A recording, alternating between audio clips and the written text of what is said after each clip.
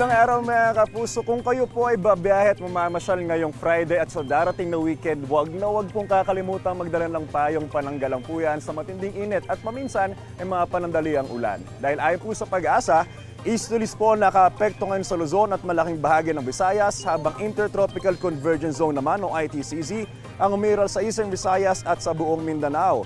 Base po sa rainfall forecast ng Metro Weather, ngayong umaga ay posible na po ang ulan sa ilang bahagi ng Soc-Sargen Region.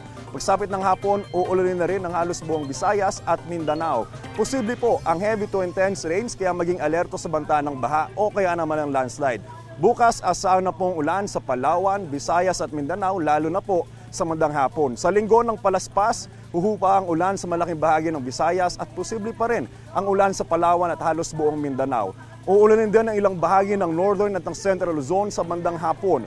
Makakaasa naman po ng maayos sa panahon ng mga taga Metro Manila, maliban na lang po sa ilang lugar na posibleng ulanin lalo mamayang hapon at sa hapon ng Palm Sunday.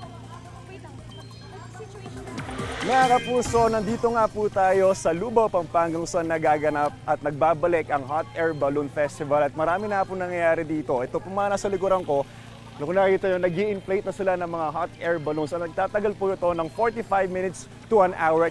Kanina kausap ko nga po ang isa sa mga organizer ng Hot Air Balloon Festival, si Miss Julie. At sabi niya, inaasahan nilang tao sa buong weekend na to ay 30,000 na tao. At first day at ngayong Friday, 10,000 people po ang makikisaya at syempre ang mga gustong maka-experience, makakita ng Hot Air Balloon Festival. At hindi lang dahil marami pa silang ginagawa dito, may music festival, maraming pagkain at marami pang iba. Syempre, sa mga ganitong trips, saan nyo po mapapanood yan? Dito lang sa inyong pambansang morning show kung saan laging una ka, unang hirit.